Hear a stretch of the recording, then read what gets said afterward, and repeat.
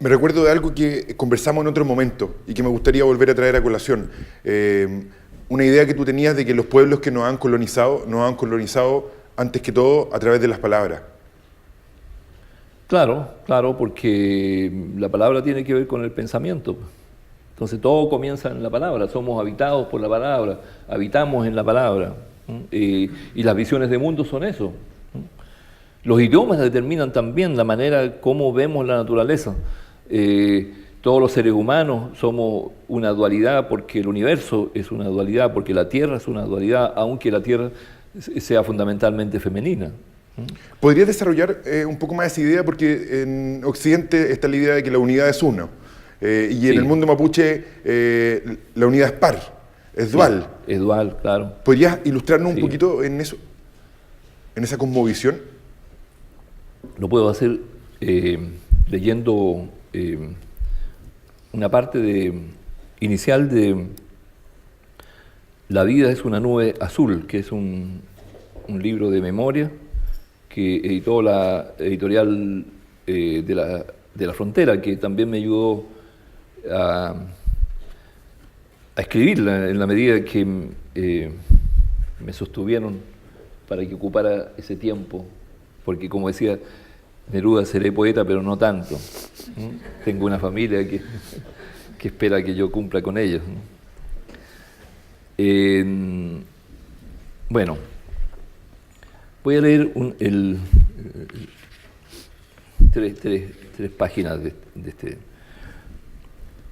Mi gente dice que somos hijos e hijas de la Madre Tierra, que así como nuestra madre vive bajo el influjo de Cuyen, la luna, y de Antl, el sol, que la privilegian con las denominadas estaciones del año, cada uno de nosotros es habitado también por todas ellas, aunque siempre hay una que nos preside, dicen.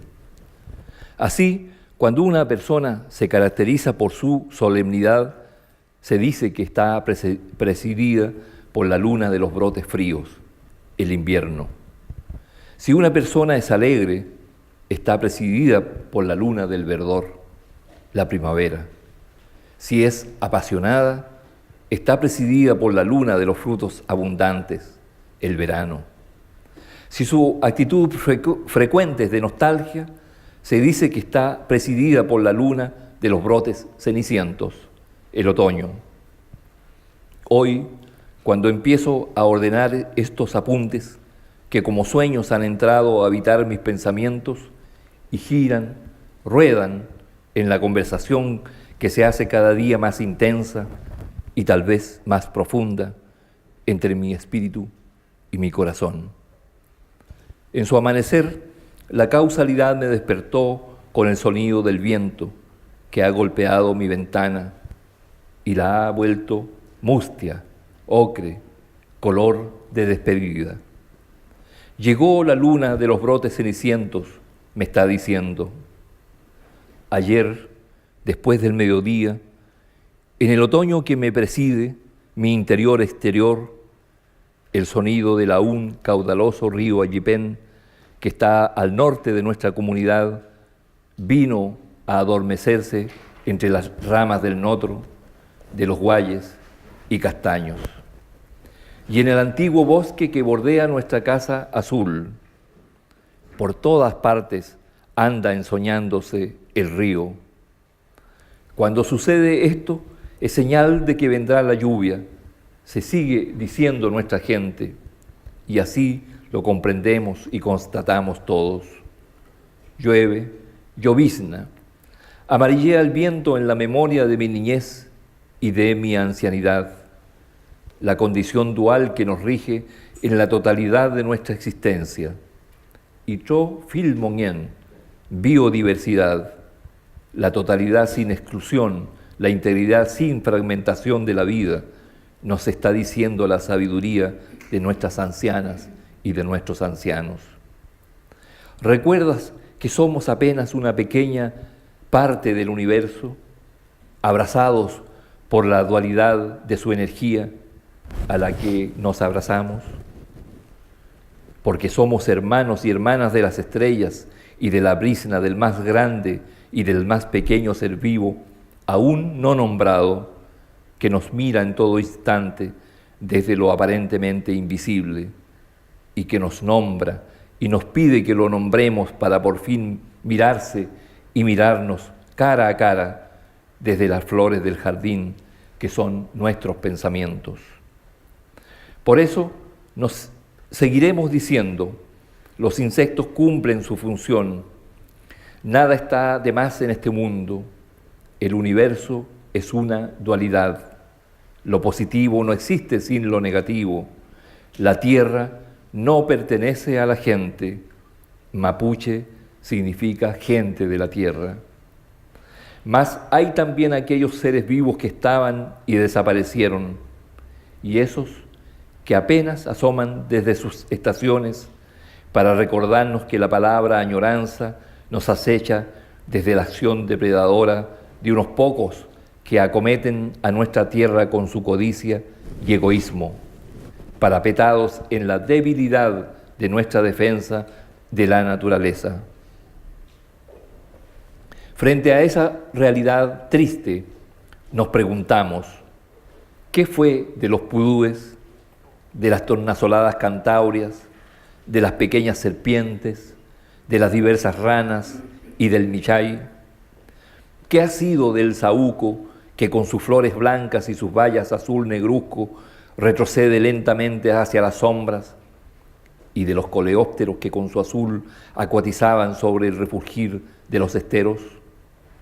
¿Qué fue de los ciervos y guanacos y de la dura madera de la luma y de los saltillos de agua que resplandecían en los cerros de Guerere? Ahora, las últimas yoicas y pájaros carpinteros vienen de cuando en cuando a consolarnos. Está amaneciendo y ha dejado de llover. Las bandurrias llenan con sus granidos nuestro despertar.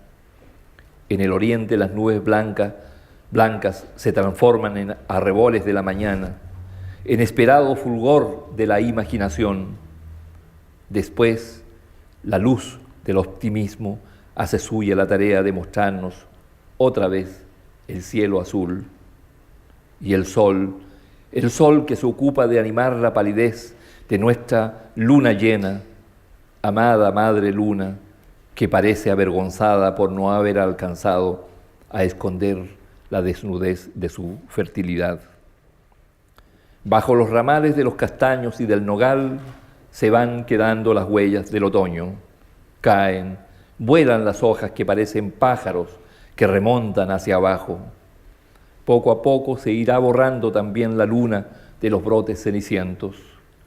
La vida es breve y maravillosa, nos están diciendo nuestras abuelas, nuestros abuelos. Me apresto entonces a contemplar intensamente este tiempo de mi espíritu. Respiro y me dispongo a escuchar la memoria de lo venidero, que como antaño retorna y es nuevo una vez más. En varios pasajes del texto estaba el me dicen o el nos están diciendo, esta sensación de colectividad, de que uno forma parte de una cadena en la cual hay otros que nos instruyen, y además, te agrego, de que en otras partes del texto se nos menciona de que el futuro es el pasado, que también para nosotros eso es paradojal. Todo el tiempo creemos que el futuro es de adelante. Y en este texto nos vamos dando cuenta que el futuro es memoria, que el futuro está atrás. Te invito a ver si puedes darnos cuenta de estas dos ideas. La idea de que el futuro es pasado y la idea de la colectividad, del me dicen, del nos dicen. Claro, sí, claro. Pian, Pibún, Pieneu, etcétera, ¿no? Porque la conversación, o sea, lo que nosotros hacemos en cada cosa, en cada oficio, en cada actividad que realizamos, estamos pensando siempre en aquello que nos dijeron, en aquello que nosotros nos decimos a partir de lo que nos dijeron, aquellas voces que escuchamos de lo que nos están diciendo nuestros antepasados, nuestros padres, abuelos, nuestros vecinos, nuestras amigas, en fin. Entonces, porque siempre dice nuestra gente, nada comienza con nosotros. Y eso es válido, es que hay dos cosas. Hay pueblos que tienen memoria y hay otros que son propensos al olvido. Porque si lo pensamos desde el punto de vista de la cultura universal, ya se ha dicho, ¿no? Nada nuevo hay bajo el sol, solo es nuevo lo que se ha olvidado. Entonces, a eso se refiere, que todo lo que estamos pensando, que todo lo que estamos soñando tiene que ver con lo que hemos escuchado. Los pueblos, las personas, tenemos una conversación, los seres humanos, tenemos preguntas que son fundamentales y por lo tanto nos movemos de una manera similar, solo que las perspectivas desde las que lo hacemos son diversas. Así, las preguntas fundamentales del ser humano son, no sé si ustedes están de acuerdo, ¿de dónde venimos? ¿Hacia dónde vamos? Ese es el misterio. Y a eso se refiere esta constante forma de narrar, digamos, apelando a... De apelación. Exacto, sí. Y lo otro que Y lo otro que te indicaba era aquello de la memoria, de cómo adelante muchas veces es atrás. El tiempo, me decías tú. De cómo descubrir más bien es recordar. Sí, la idea del tiempo. Claro, porque eso también es parte de la visión de mundo. Lo que conversábamos hace un rato, que aquí hay dos visiones de mundo que están presentes. Hay otras más, de los pueblos que llegaron, de lo que se denomina las culturas colonizadoras, ¿no? Pero en lo fundamental, en lo que vivimos aquí en Chile, está la visión de mundo de la chilenidad como parte de lo occidental, ¿cierto? Que el lenguaje ya lo denota, que es una visión de mundo lineal, unidireccional. Por lo tanto, desde el punto de vista conceptual, desde el punto de vista de la visión de mundo, es muy descriptiva, necesita de muchas palabras para decir una cosa o poco. Y por el otro lado está la visión de mundo nativa, y en eso específicamente la visión de mundo mapuche, que es circular. Entonces, que en una palabra puede resumir, como cuando tú decías el significado de mi nombre y de uno de mis apellidos, entonces aglutina. O sea, cuando se dice Chihuailaf, se está diciendo neblina extendida sobre un lago. Y es una palabra. Entonces, también está, por lo tanto, implicada el concepto de tiempo. Dice, somos presentes solo porque somos pasado y por eso tenemos memoria. Y solo por eso somos futuro. Tenemos memoria del futuro. ¿Y cómo se revela la memoria del futuro? A través de los sueños. Porque la cultura mapuche somos una cultura de los peumas, de los sueños. Entonces, en este círculo, tal como cuando hablamos de creación, ¿cómo se realiza la creación? Entonces, tenemos el silencio como probable partida. Silencio, contemplación, creación. Creación, contemplación, silencio, y entonces ahí sigue un círculo. Entonces, que en su punto de partida, como digo, es silencio. El silencio nos permite contemplar, la contemplación nos permite crear, porque entramos en planos que son nuevos, entre comillas, como lo que referíamos, al mirar eso bajo el sol, ya sea de esa aparente realidad o de los sueños. Entonces, ¿qué es el futuro? A veces el futuro es el pasado, lo que está atrás, y el pasado es el futuro. Y eso, ¿cómo se revela? Bueno, a través de los sueños. Nosotros podemos conocer lo que viene, los verdaderos sueños, los sueños profundos, siempre son premonitorios.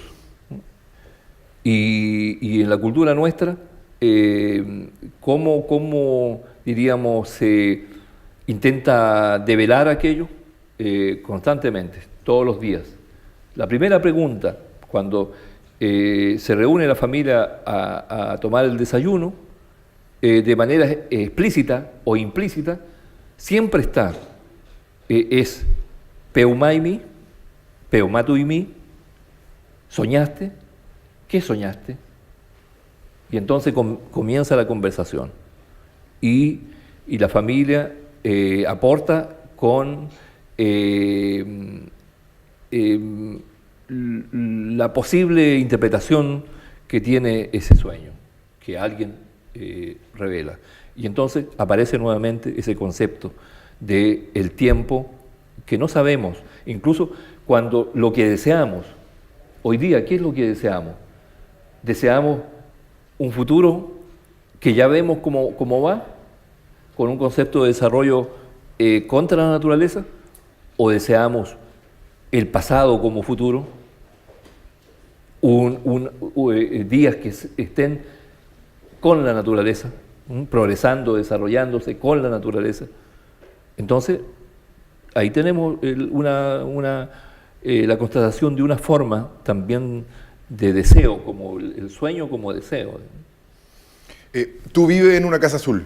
Bueno, todos vivimos en una casa azul, decía David Bowie, pero la canción envejeció mal porque en realidad hay fotos que muestran a la Tierra llena de satélites, hay mucha contaminación espacial. Me parece que esa idea de la casa azul, además de ser algo muy concreto, sí, es también, siento yo, una muy potente metáfora. Una metáfora en un mundo cada vez más opaco. Sí. Te invito a desarrollar un poco la idea del color, de ese color azul que en tu poesía es súper recurrente y que tú ya me lo comentaste hace poco. Vuelve sobre él permanentemente. ¿Qué significa el azul en la cultura mapuche? Claro, significa todo, porque hay un poema que se llama Sueño Azul, en que yo hablo de ¿Lo busco mientras? Puede ser, y es una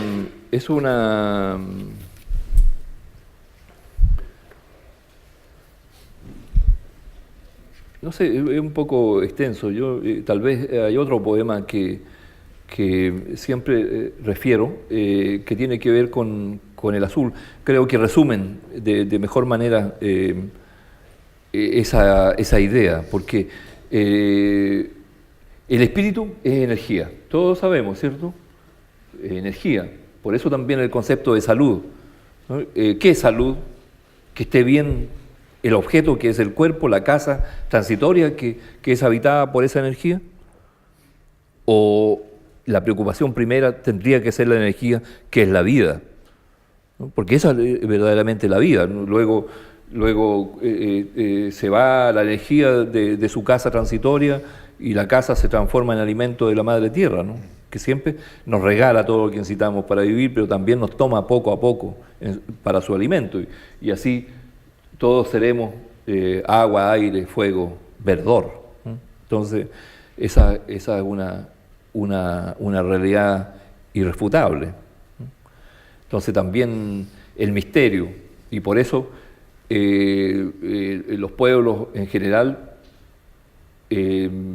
pensaron en algún color, ¿no? En algunos coincide. Entonces, porque ¿de dónde viene la energía? La energía es algo que está fluyendo constantemente, además. Es como un río que no cesa, ¿no? Entonces, nuestra gente dijo, nosotros venimos del azul, Eso dijeron nuestros antepasados. Y hay un relato, ¿no?, que se llama Calfuepeu, el relato del azul.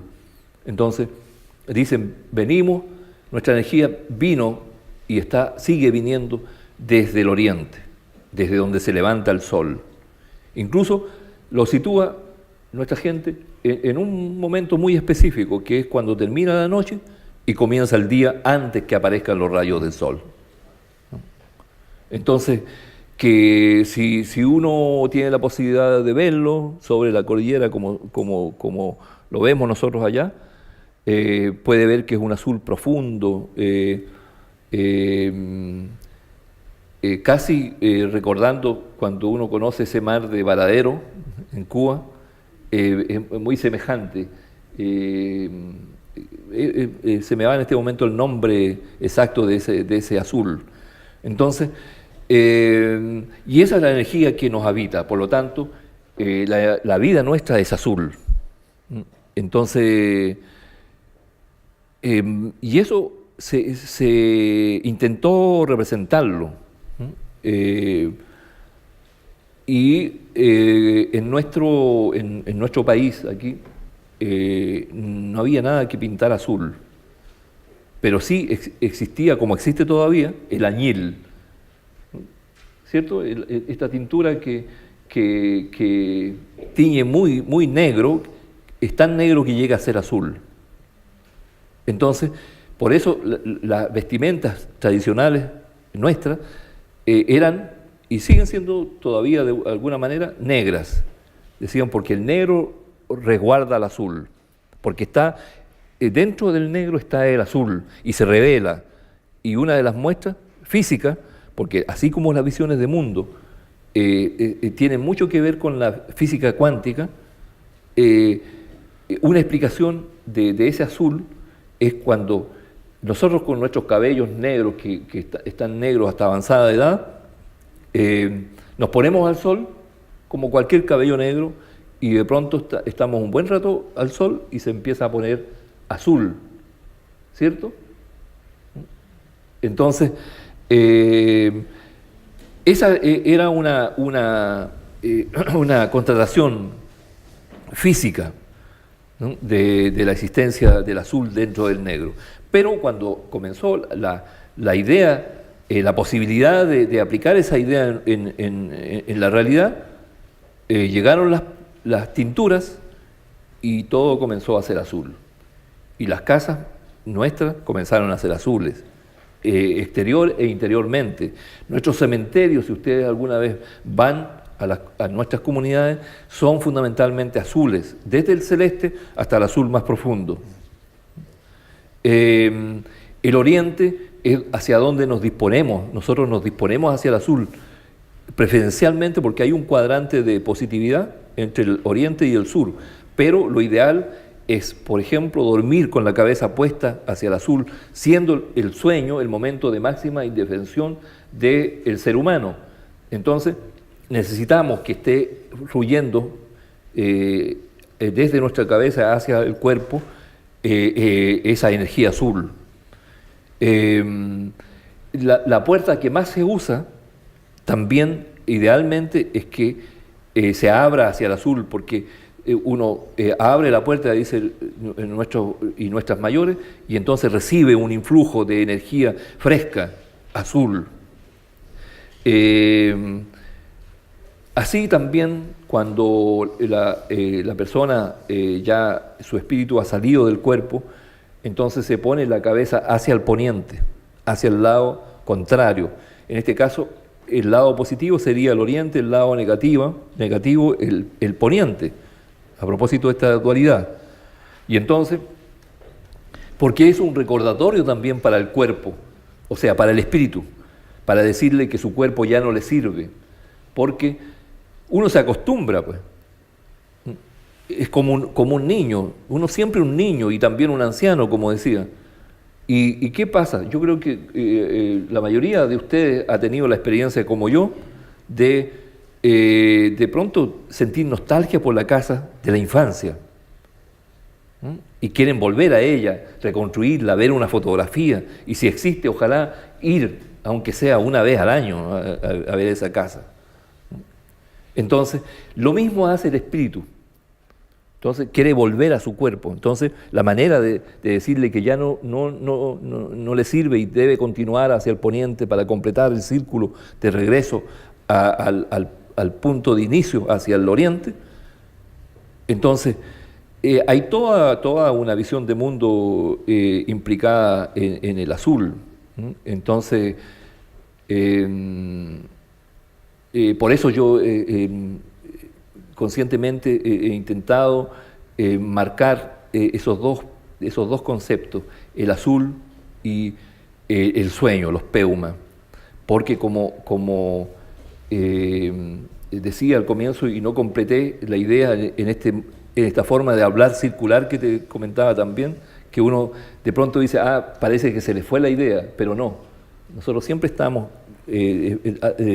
dando un recorrido que es circular para volver al punto que nos interesa, y que era el hecho de decir, todas las culturas, es algo que también se ha ocultado y que no se quiere pensar.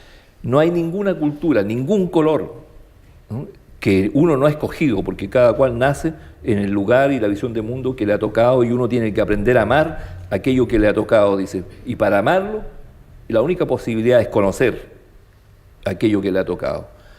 Todos los pueblos, todas las culturas son nativas. No hay ningún pueblo que no haya comenzado siendo nativo. No hay ningún pueblo, ninguna cultura que no haya comenzado en la oralidad, para luego en cada historia propia avanzar hacia lo que se denomina la escritura. Entonces,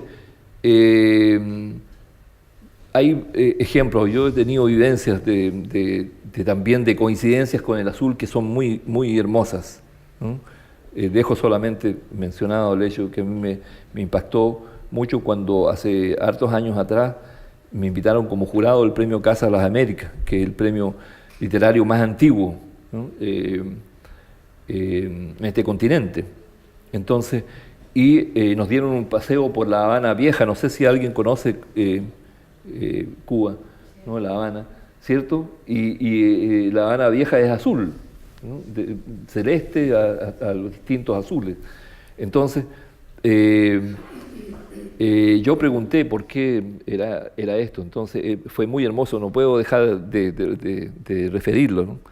Entonces, el presidente de Casa de las Américas, el poeta Roberto Fernández Retamar, me dijo, luego de preguntarme por qué me interesaba tanto el azul, entonces me dice, mira, tienen mucho son muy similares, me decía, porque esto tiene que ver con la negritud, los esclavos que llegaron aquí, que eran obligados a subir a los barcos y llegaban. Entonces ellos tenían la costumbre que antes de subir al barco, entonces ellos tomaban un puñado de la arena de su mar, de su costa, de su tierra, para representar la esperanza, y la amarraban en un paño, porque ahí estaba contenido el sueño del regreso a su tierra. Entonces, cuando esto no ocurrió y tuvieron la posibilidad de acceder a las casas, ellos también, en cuanto pudieron, la pintaron de azul, que representa, como en nosotros, sus sueños. Entonces, hay un poema que siempre estoy reiterando, también en la idea que, de luego, la mayoría de ustedes no lo conoce, y que habla también del azul y de la poesía, y que es un poema que me ha llevado por muchos lugares del mundo. Está traducido por lo menos a 11 idiomas. Bueno, parte de mi poesía está también así. Entonces, ese poema es lo que los profesores de castellano llaman una arte poética, que yo no sabía. Yo lo escribí porque lo sentía de esa manera, ¿no? Siempre se ríen los estudiantes de enseñanza media, sobre todo, porque a veces cuando hay la posibilidad de conversación, me preguntan sobre las figuras literarias y yo le digo, no, ¿y qué es eso? Ya, yo me olvidé ya. Entonces, y lo mismo, yo no sabía que ese poema era un arte poética, ¿no? Entonces, y no tengo ninguna vergüenza para decirlo, ¿no? Entonces, yo siempre leí más narrativa y no sé por qué llegué a la poesía. Entonces, mi única explicación es que, y también no sé si la comparación sea muy buena, pero es la que tengo, que a uno, así como lo habita un espíritu azul, a otros y otras los habitará un espíritu, no sé, rojo o de cualquier otro color. Y eso es la hermosura del jardín del mundo, ¿no? Entonces, yo digo, bueno, como soy en mi dualidad, también acepto mi femenino, ¿no? porque eso es necesario aceptarlo, porque eso tiene que ver también con la ternura, ¿no? Dice nuestra gente, pero soy un varón, imposible no tener femenino, porque habitamos la tierra y la tierra es fundamentalmente femenina, ¿no? Entonces, de hecho, todos estamos regidos por la luna, ¿no? Fundamentalmente la mujer, pero también los hombres estamos, ¿no? Bajo ese influjo. Entonces, yo asumo que cuando uno tiene una condición, en mi caso, soy varón y me atrae lo femenino. Y solamente de esa manera puedo explicar que seguramente a mí me habita la poesía y por eso me atrae la narrativa, que es lo que más he leído en mi vida, ¿no?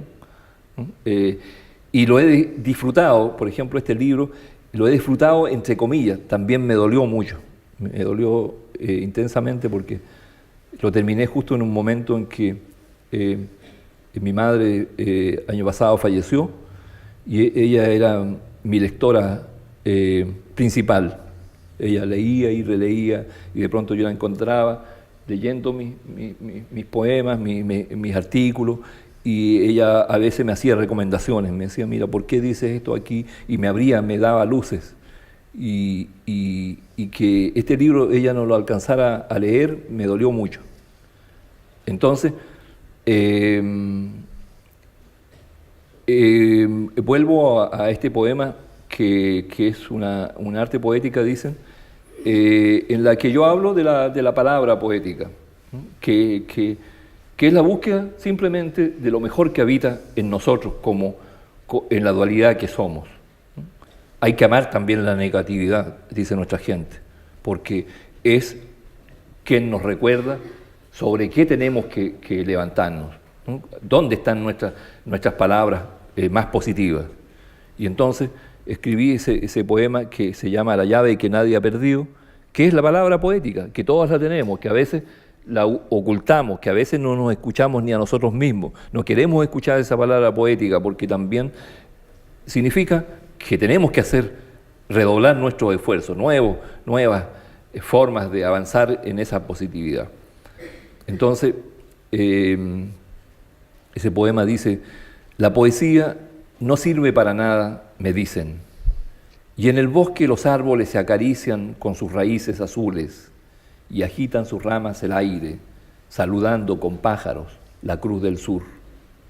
La poesía es el hondo susurro de los asesinados, el rumor de hojas en el otoño, la tristeza por el muchacho que conserva la lengua, pero ha perdido el alma. La poesía es un gesto, un sueño, el paisaje.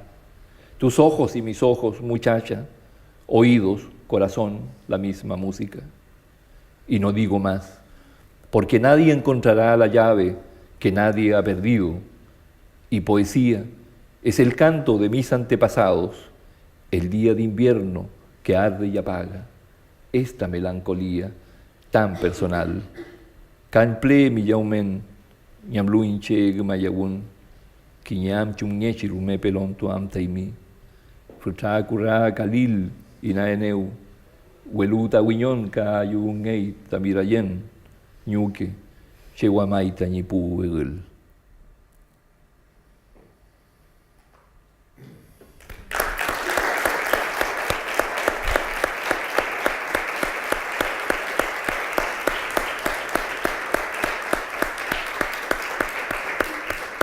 Muchas gracias.